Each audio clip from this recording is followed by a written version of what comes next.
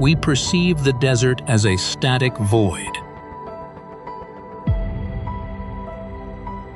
It is a timeless expanse of scorched earth, where life is a rare and fragile accident.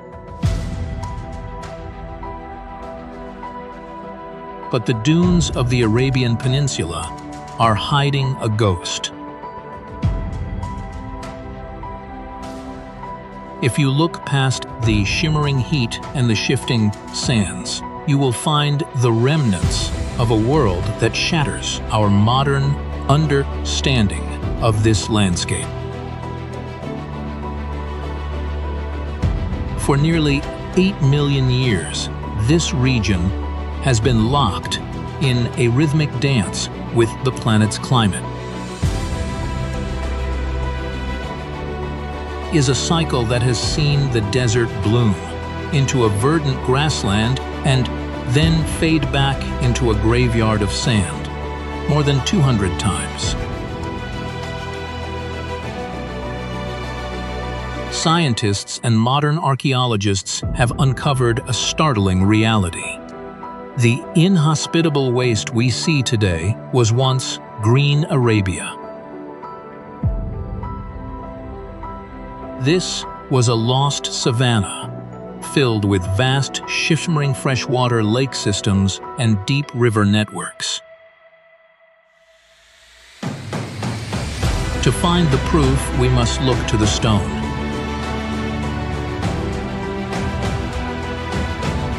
Deep in the desert, high upon sun-scorched cliffs, a 19,000-year-old picture gallery reveals a vibrant reality. These ancient petroglyphs do not show a land of scarcity. They depict a world of abundance.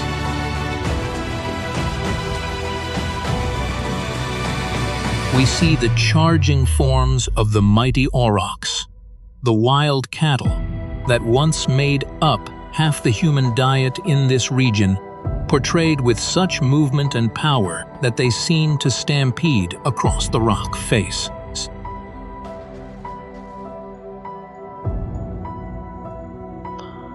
These hunters and herders shared their world with hippos and ostriches, tracking wildlife through a fertile paradise where the rains fell with predictable regularity.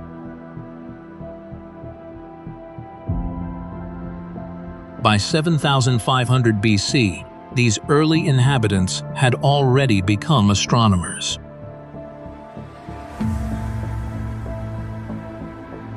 They built stone circles to track the circumpolar stars, using the heavens as a survival guide to predict the arrival of the summer rains that would replenish their lakes.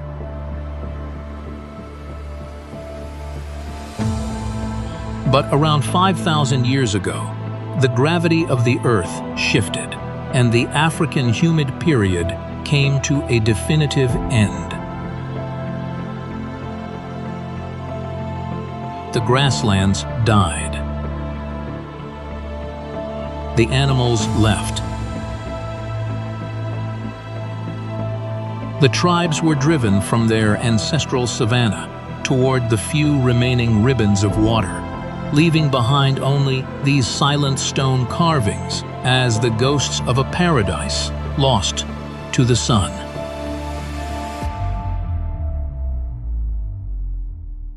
As the savanna turned to dust, a new power rose from the rock itself.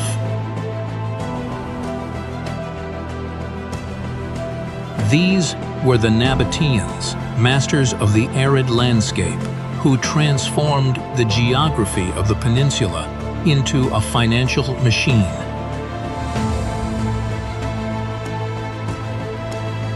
While most ancient civilizations were tied to riverbanks, the Nabateans looked to the trade routes.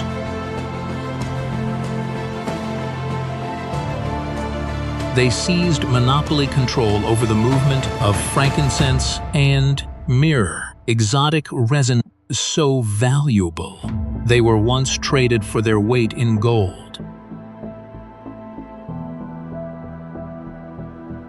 External historians analyze their rise not just as a tribal expansion, but as a masterful manipulation of the environment. Their crowning achievement lies in Mada-in Saleh, the ancient city of Hegra. Often described by archaeologists as the second Petra, Hegra is a landscape of monumental rock-cut tombs carved directly into the towering sandstone monoliths. These structures were not mere shelters. They were statements of prestige and enduring legacy. To look upon these tombs is to see a hybrid of cultures. The architectural language of the Mediterranean world has been translated into the raw stone of the desert. The Nabateans didn't just build, they engineered. They created sophisticated water management systems, tapping into underground aquifers and high-pressure springs to sustain a metropolis in the middle of a trade route wilderness. Yet, for centuries, this city of stone was avoided by travelers. Deep-rooted local traditions labeled these ruins as a cursed place. They called it Al-Hijr, a location where divine wrath had supposedly fallen upon a disobedient civilization. This cultural taboo functioned as a powerful deterrent, protecting the site from tomb robbers and looters, who stripped nearly every other royal monument in the ancient world.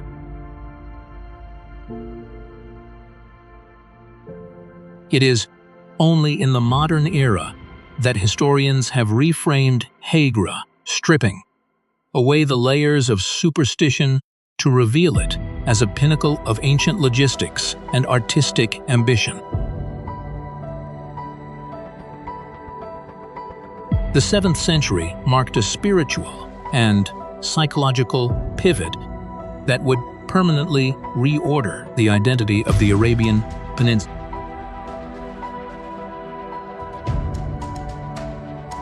Under the leadership of the Prophet Muhammad, the region underwent a transformation that analysts describe as one of history's most significant administrative feats. For millennia, the land had been a patchwork of fiercely independent, warring nomadic tribes, each defined by their own gods and ancestral loyalties. To unify these disparate groups required more than just leadership. It required a total psychological restructuring under a single absolute monotheistic faith. Historians compare this religious revolution to the earlier heresy of Akhenaten, who attempted to abolish a pantheon of gods, to center the universe on a single impersonal entity. But where earlier monotheistic experiments failed and were chiseled out of history, this spiritual unification succeeded by creating a central axis for the world. Mecca evolved into the spiritual heart of this new order. At its center sat the Kaaba, housing the mysterious black stone. It was a global focal point that oriented the prayers of millions toward a single coordinate on the map. This transition was the world's first successful implementation of a nation-state based not on geography or bloodline, but on a shared theological absolute. The Prophet Muhammad managed to channel the volatile energy of the desert nomads into a collective purpose, establishing an administrative structure that could govern effectively across vast, inhospitable territories. Establishing an administrative structure that could govern effectively across vast, inhospitable territories. The house of God was no longer just a physical structure in Mecca. It became a psychological framework that gave the peninsula a unified voice for the first time in human history. If the 7th century gave the region its soul, the year 1744 gave it its modern ideological backbone.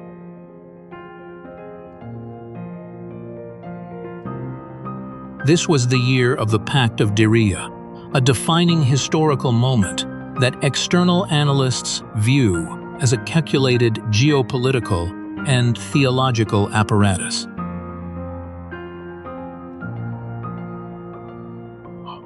This was not a military conquest in the traditional sense.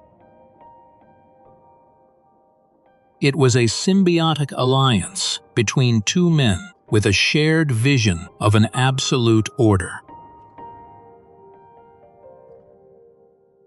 Muhammad ibn Saud, a tribal leader seeking political legitimacy, met with Muhammad ibn Abd al-Wahhab, a radical puritanical preacher seeking the enforcement of a strict, unadulterated form of faith.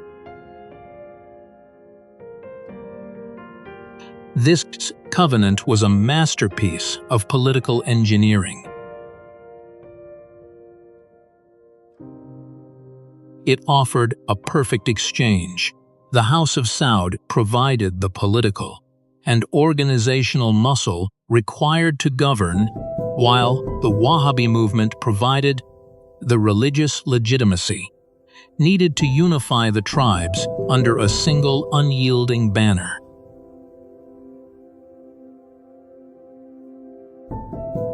This was the birth of a state structure designed for permanent expansion. By branding the alliance as a restoration of original purity, they tapped into the deep-seated cultural reverence for the past to justify the radical restructuring of the present.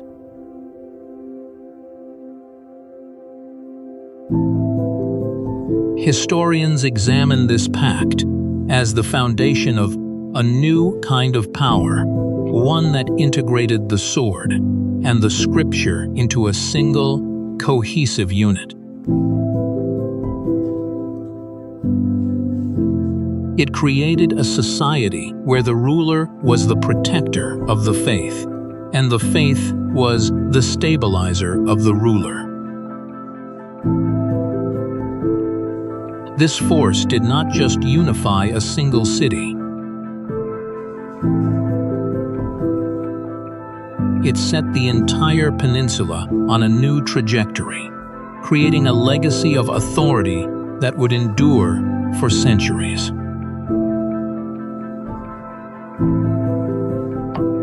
The Pact of Diriyah was the final piece of the puzzle.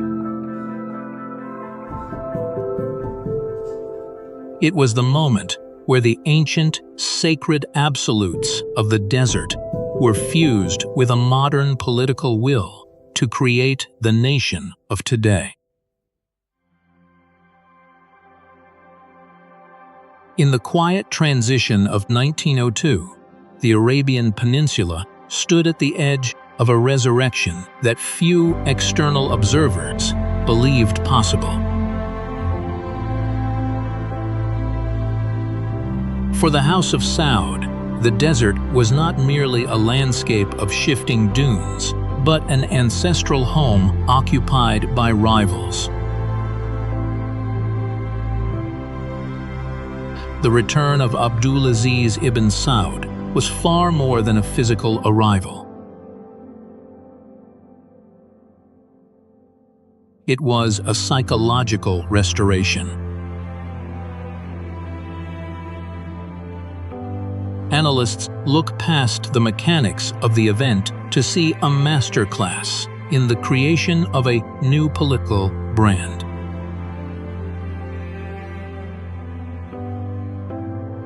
After years of exile in Kuwait, Abdulaziz understood that to rule the peninsula, he could not simply hold territory.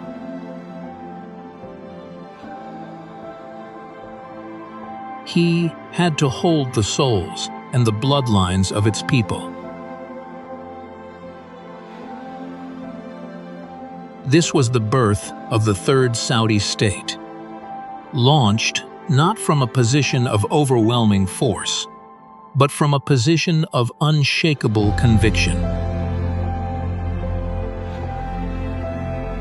Historians and regional experts now analyze his rise through a lens that is almost unique in the history of state building.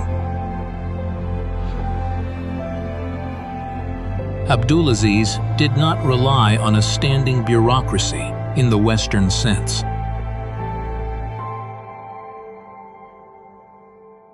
Instead, he engineered a sophisticated web of political marriages that transformed the very biology of the kingdom. By fathering 45 sons, through a calculated series of alliances with the peninsula's most powerful and independent tribes, he wove an inescapable tapestry of kinship. Every major tribal power was suddenly bound to the House of Saud by the most sacred currency of the desert, blood.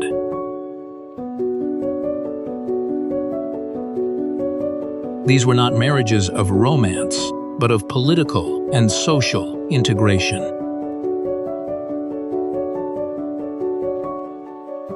He turned a collection of fiercely independent, nomadic groups into a single extended family, ensuring that a rebellion against the center would be a rebellion against one's own flesh and blood.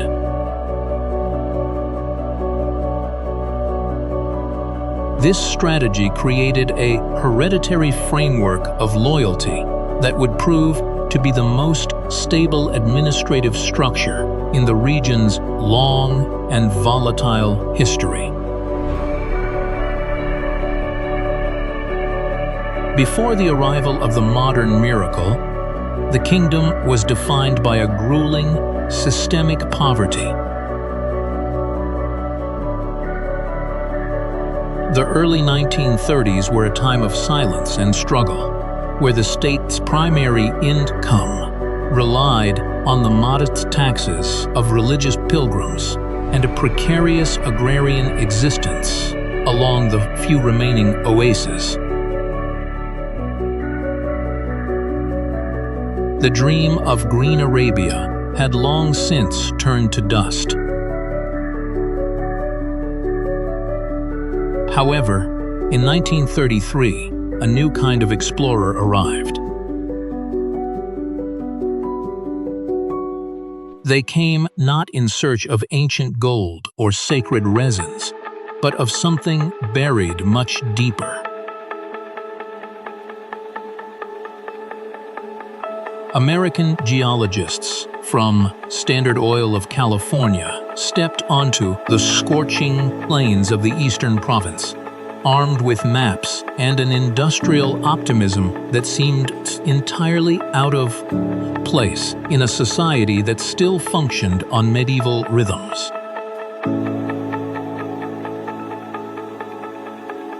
The story of the search for oil is one of compounding psychological tension. For years, the desert refused to give up its secrets.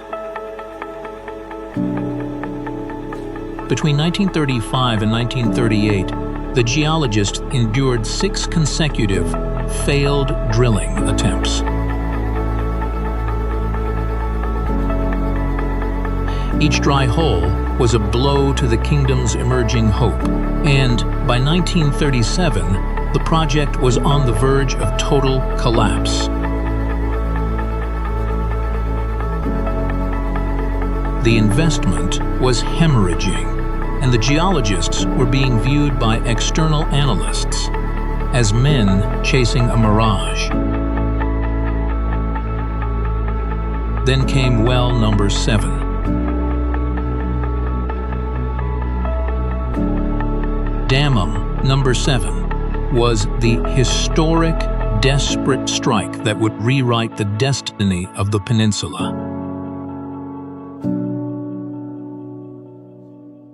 In March 1938, after drilling to a depth of nearly 5,000 feet, the black gold finally surged to the surface.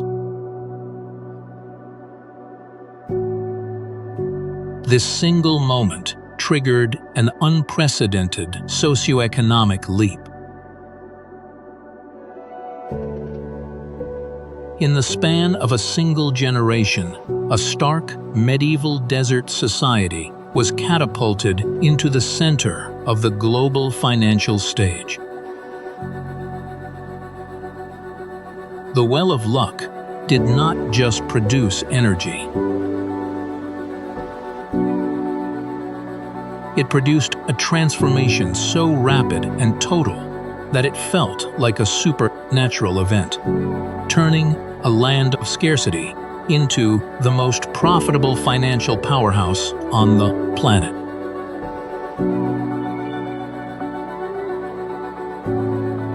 As World War II drew to its violent close in 1945, the geopolitical axis of the world was being surreptitiously redrawn.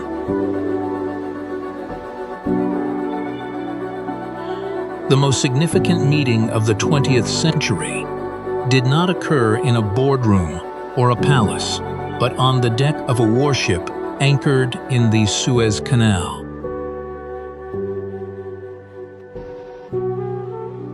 President Franklin D. Roosevelt, fresh from the Yalta Conference, met with King Abdulaziz aboard the USS Quincy.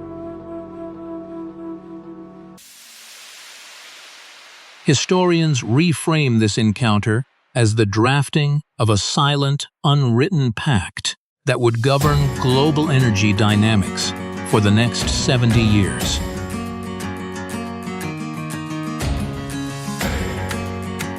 This was the birth of the Oil for Security Alliance, a symbiotic pact that anchored the Middle East to Western foreign policy with an iron grip.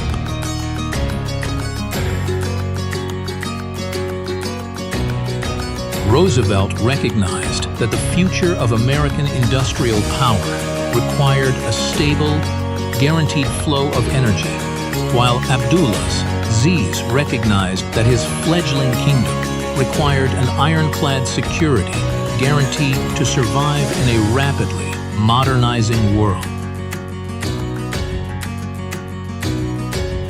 This was not a standard diplomatic meeting. It was the union of two very different empires. The agreement ensured that Saudi oil would fuel the Western world's post-war recovery in exchange for the protective umbrella of the American military. This single encounter elevated the Arabian American Oil Company, or Aramco, into a global titan. It ceased to be merely a business entity and became the foundational engine of global energy security. The Quincy meeting was the moment where the House of Saud was definitively integrated into the machinery of global power, creating a legacy where the stability of the desert and the prosperity of the West became inextricably linked. Every civilization eventually faces a moment where its core identity is tested to the breaking point. For modern Saudi society, that moment arrived in November 1979.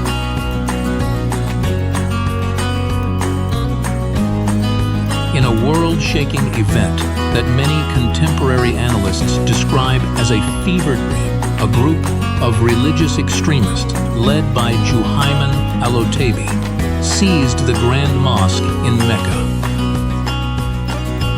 This was not just a siege. It was an existential threat to the legitimacy of the Al Saud monarchy.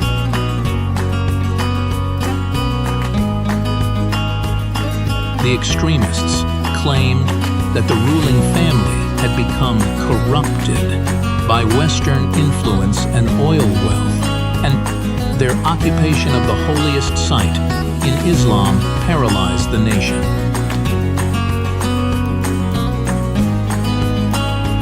The Al Saud monarchy faced a devastating political dilemma. To regain control of the mosque and legitimize their own survival, they were forced to lean heavily on the ultra-conservative Wahhabi clerics to issue the religious edicts required for military intervention. But this legitimacy came with a staggering price tag. In the chilling aftermath, known as the Awakening or Sahwa, the government effectively traded the country's social freedoms to satisfy the demands of the conservative establishment. This was the moment the music stopped. Cinemas were shuttered, music venues were closed, and a rigid segregation of society was strictly enforced. For nearly 4 decades, Saudi culture was frozen in an ultra-conservative dark age.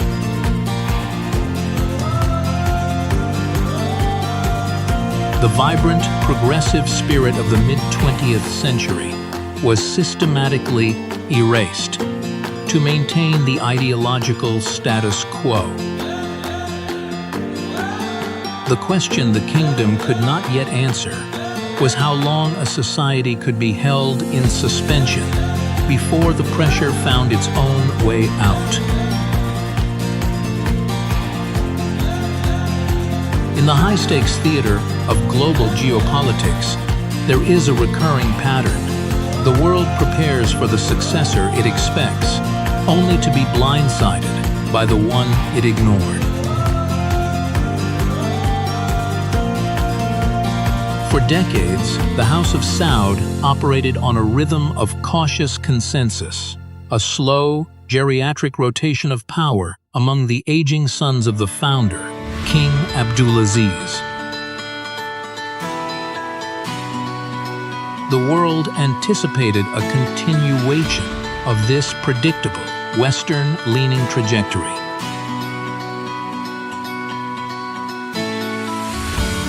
They expected princes with degrees from Ivy League universities, men who had been groomed in the salons of London and Paris, and rulers who understood the delicate art of the oil for security status quo. But while the international community was looking toward the horizon, a different kind of power was quietly coalescing within the walls of Irqa Palace in Riyadh. Mohammed bin Salman, known to the world now simply as MBS, was a departure from every established norm of the Saudi royal brand. Unlike his predecessors, he was not a product of the West.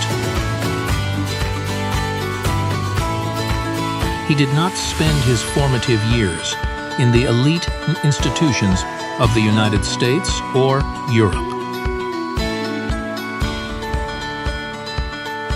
Instead, he stayed close to the red sands of his homeland, studying law at King Saud University. External political analysts now view this as his greatest strategic advantage. He wasn't an outsider looking in. He was an insider who deeply understood the frustrations of a burgeoning youthful population and the structural rot of the old guard. He was a disruptor born from within the system he was destined to dismantle.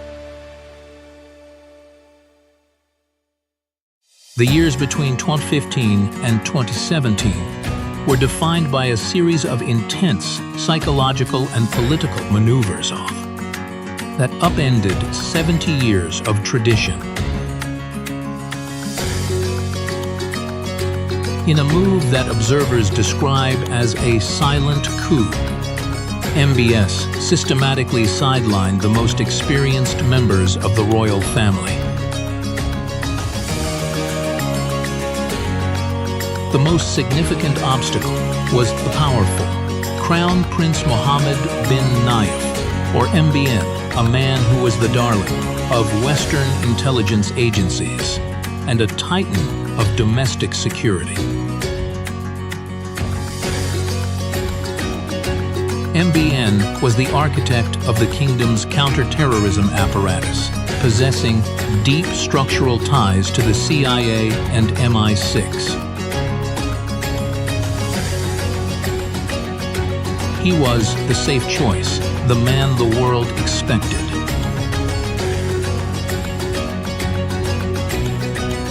But in June 2017, the consensus model was shattered.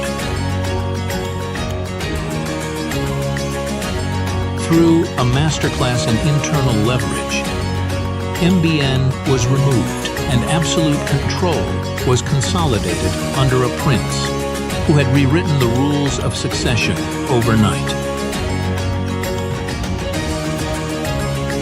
The disruptor had arrived, and the old guard realized, far too late, that the game had changed forever. Absolute power is not merely taken. It must be demonstrated. In November 2017, the world witnessed one of the most audacious political masterstrokes of the modern era. It became known as the Ritz-Carlton Siege. To the outside observer, the Ritz-Carlton in Riyadh was a symbol of five-star luxury and globalist opulence. But in a matter of hours, this world-class hotel was abruptly transformed into the world's most gilded detention center. Under the banner of a massive anti-corruption purge, hundreds of the nation's top princes, billionaire businessmen and government officials were rounded up and confined within its marble halls. This was not a standard legal proceeding.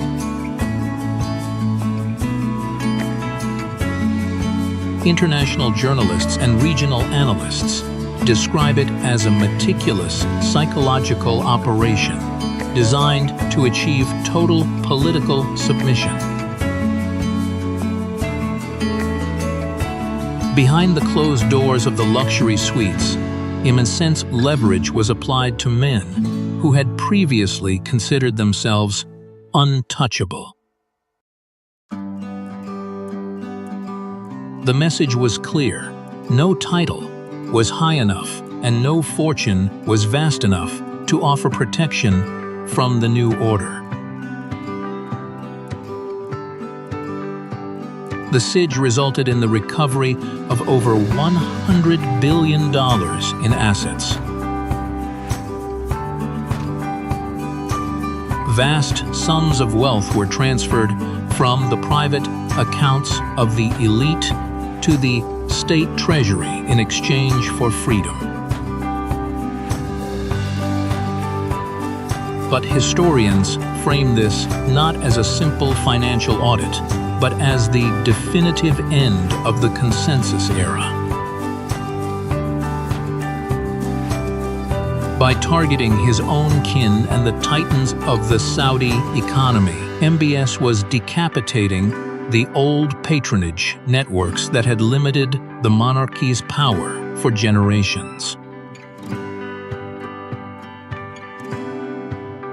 The Ritz-Carlton was a psychological stage where the propaganda twist of the era was revealed.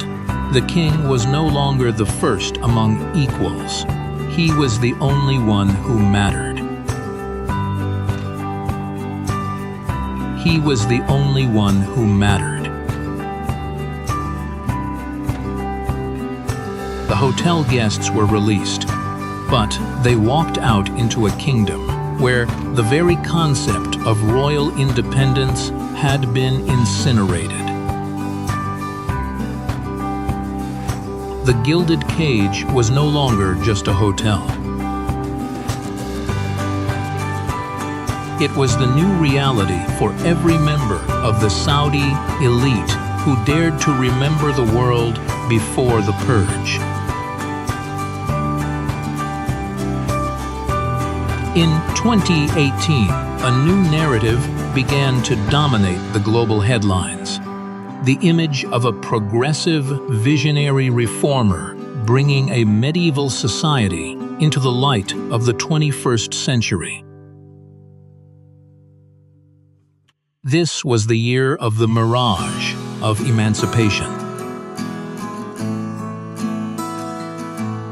With a series of historic decrees, MBS appeared to be systematically dismantling the ultra-conservative Sahwa era that had frozen Saudi culture since 1979. The most iconic moment of this period was the lifting of the decades-long ban on women driving, a move that garnered immense international praise and positioned the Crown Prince as a global icon of social change. Simultaneously, the feared religious police, the Mutawa, were stripped of their power to make arrests, effectively neutering the theological enforcement that had governed the streets for nearly 4 decades. To the Western world, it looked like a revolution from above. But human rights organizations and external analysts documented a much darker duality that functioned as the defining feature of the regime. At the very moment that women were being granted the right to drive, the very activists who had spent decades campaigning for that right were being disappeared into the system. Prominent figures like Lujain al-Hathloul, who had risked everything to challenge the driving ban, were arrested, isolated, and reportedly subjected to harsh treatment. The paradox was staggering. The state was implementing the reformers' goals while simultaneously punishing the reformers. This strategy revealed a sophisticated understanding of power. MBS was not merely reforming society. He was nationalizing the very concept of progress. He wanted the world to see that social freedom was a gift bestowed by the ruler, not a right won by the people. The headlines celebrated the emancipation, but the activists' cells told a different story. This was the propaganda twist of the new Saudi brand. Reform would be delivered, but only at the price of absolute silence. The driving ban was gone, but the road was now owned entirely by the state.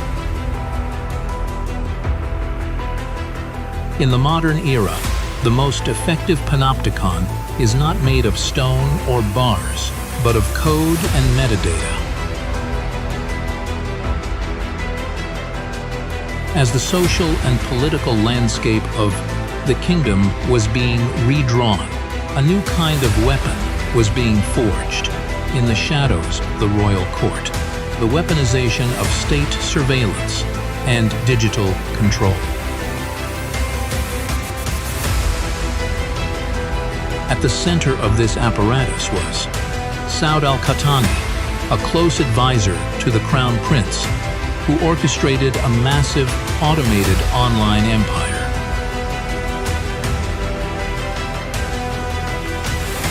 External intelligence reports and digital forensic analysts have exposed the operations of what became known as the Army of Flies, a highly sophisticated network of bots and coordinated social media accounts designed to dominate the conversation on Twitter, now X. This army was not just used for self-promotion. It was a digital executioner. It was used to track, harass, and silence domestic critics with a level of precision that made the old methods of the secret police look primitive. Coordinated hashtag campaigns were launched to drown out dissent, while individuals who posted even the mildest criticisms found themselves targets of relentless automated character assassination.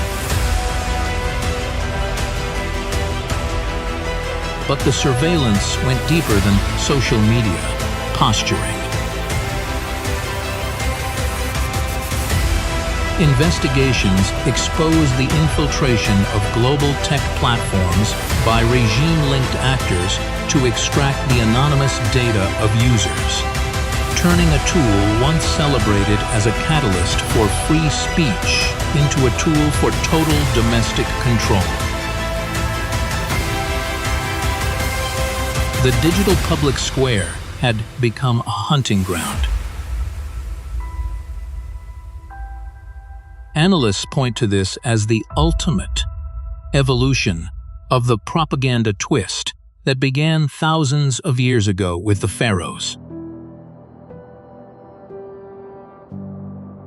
While the ancient kings carved their lies into granite to control the future, the modern state uses the digital footprint of its citizens to control their present.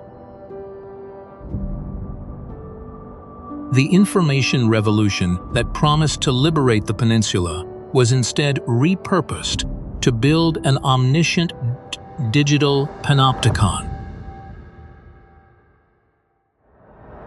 Every tweet, every private message, and every search query became a potential piece of leverage. In this new Saudi state, the disruptor had realized that you don't need to control what people say if you can monitor everything they think.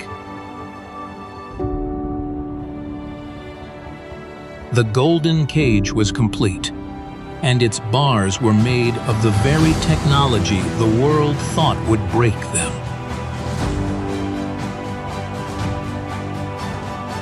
In the architecture of modern power, the most dangerous moments are not found on the battlefield, but within the clinical silence of a consulate.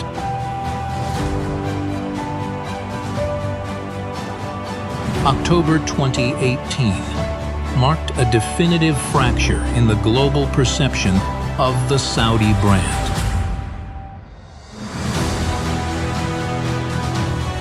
When the journalist Jamal Khashoggi entered the Saudi consulate in Istanbul, he was not entering a place of diplomacy, but a forensic trap.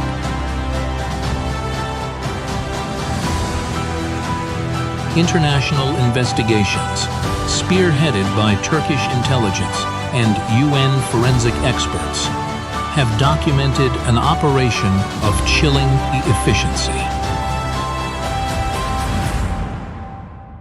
A 15-man team arrived.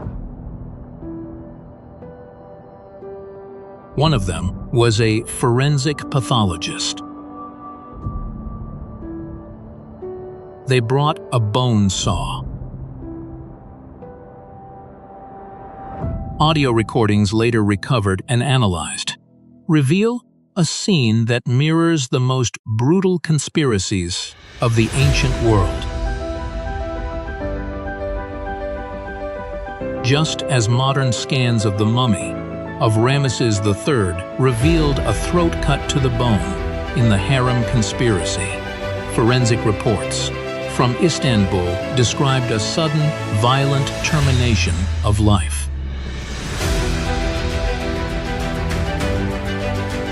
The investigation exposed a critical operational blunder that would dismantle months of polished Western public relations. In an attempt to manipulate the digital and physical narrative, an operative donned Khashoggi's own clothes, attempting to act as a body double for the consulate's security cameras. However, the deception failed due to a single, overlooked detail. The operative forgot to change out of his own distinct high-end shoes. This anomaly in the visual record provided the smoking gun for international analysts. Much like the way Roman propaganda successfully reframed Cleopatra from a polypolitan into a politician into a vulgar drunk to justify conquest, the Istanbul event permanently altered the Western image of the Crown Prince. The narrative of the visionary reformer was instantly juxtaposed against the forensic reality of a state-sponsored hit team. This single event triggered a period of severe international diplomatic isolation, proving that in the 21st century, even the most sophisticated propaganda machine can be dismantled by a pair of shoes and a digital recording. If the Great Pyramid of Giza was the ultimate statement of Fourth Dynasty authority, then the kingdom's current architectural gamble, Neom, is a bid for a different kind of immortality. At its heart lies the line, a proposed 170-kilometer-long skyscraper city encased in mirrors, slicing through the desert landscape. Global economic experts and urban planners analyze this project as a mega-mirage, a stunning display of science fiction ambition, designed to attract the foreign direct investment required for a post-oil economy. The promotional materials depict a carbon-neutral utopia. But the numbers tell a different story. What began as a $500 billion vision has metastasized into a financial abyss. An internal audit leaked to the Wall Street Journal in 2025 projected the true cost of completion at $8. $8 trillion, a figure so staggering that Saudi Arabia's own sovereign wealth fund wrote down $8 billion from the project in August of that year. In September 2025, construction was formally suspended. The 170-kilometer mirror city has been quietly redesigned into a 2,400 kilometers segment.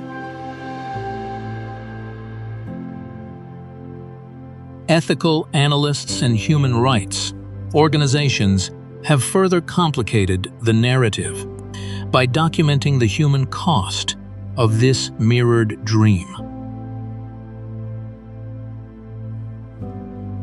To make way for the line, thousands of members of the local Huaytat tribe faced forced evictions from their ancestral lands. Those who protested were not merely displaced. 15 members were imprisoned, some receiving sentences of up to 50 years, and 3 were sentenced to death. This displacement mirrors the historical fallout of the Aswan Dam, where the creation of Lake Nasser, for the sake of national progress, permanently erased 44 Nubian villages and displaced 100,000 people. In both eras, the state justifies the erasure of local heritage as a necessary sacrifice for a grander vision. While the pharaohs used the annual Nile flood as a hydraulic lift to build their tombs, the modern state uses global wealth to lift a mirror against the sun. The question is no longer whether the line will house 9 million people. It will not. The question now is whether even the 2,400 kilometers remnant will survive. The lone and level sands are already reclaiming the foundations of modules that were built and then abandoned as the plans shrank around them. In 2022, a royal decree enacted one of the most profound historical shifts in the peninsula's history. The official founding date of the nation was changed to 1727. This move was a deliberate, top-down attempt to decouple the state's identity from the traditional 744 alliance with religious fundamentalism. By shifting the focus to the rise of Muhammad ibn Saud in 1727, the regime is effectively nationalizing history, centering the narrative entirely on the cult of personality around the House of Saud. Political analysts view this as a strategic propaganda twist designed to sanitize the state's brand for a global audience. It is an act of historical retconning, similar to how Hatshepsut represented herself with male features and a pharaonic beard to bypass biological limitations and command respect. This decoupling from the ultra-conservative awakening era is an attempt to rewrite the very nature of the Saudi state.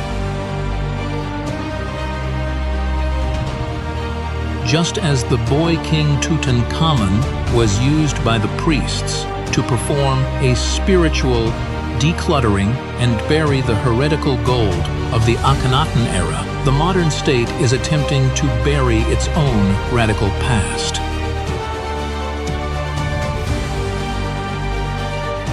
The 2022 decree is a theological divorce, replacing the religious absolute with a new pure nationalism. Historians compare this to the religious revolution of Akhenaten, who abolished a pantheon of gods to center the universe on himself. However, the danger remains the same. When a ruler attempts to rewrite history to suit the present, they risk the same damnation of memory that saw Akhenaten's city dismantled and his name chiseled from every wall. The refounding of the kingdom is not just a change of date. It is a high-stakes psychological operation to ensure that the House of Saud remains the only name that the future is allowed to speak. We are left with the ultimate analytical verdict on the golden cage and the two-faced prince. As the deadline for Vision 2030 approaches, the immense structural challenges of a post-oil transition are becoming impossible to ignore. Plans are already being pivoted toward longer-term goals, acknowledging that even the wealth of an empire has its limits.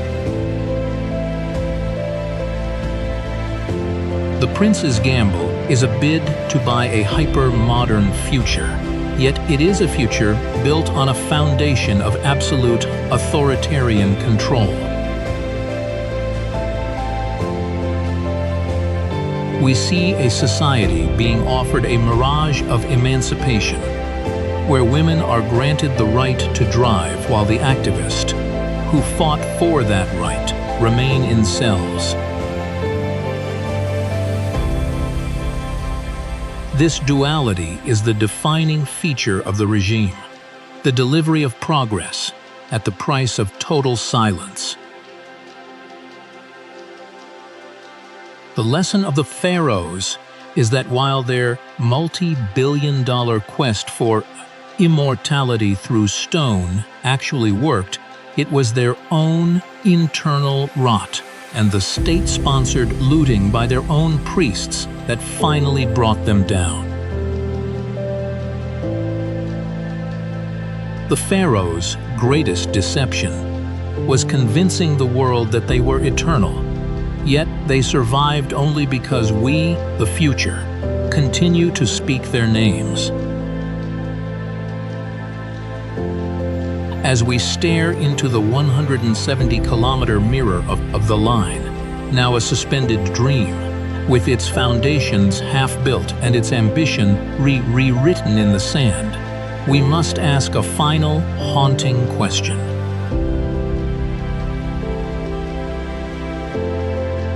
Will the high-stakes gamble of the two-faced prince succeed in preserving his dynasty across the centuries, as the pharaohs did through stone, or will the heavy iron bars of absolute control eventually crush the very mirage he has spent billions to create?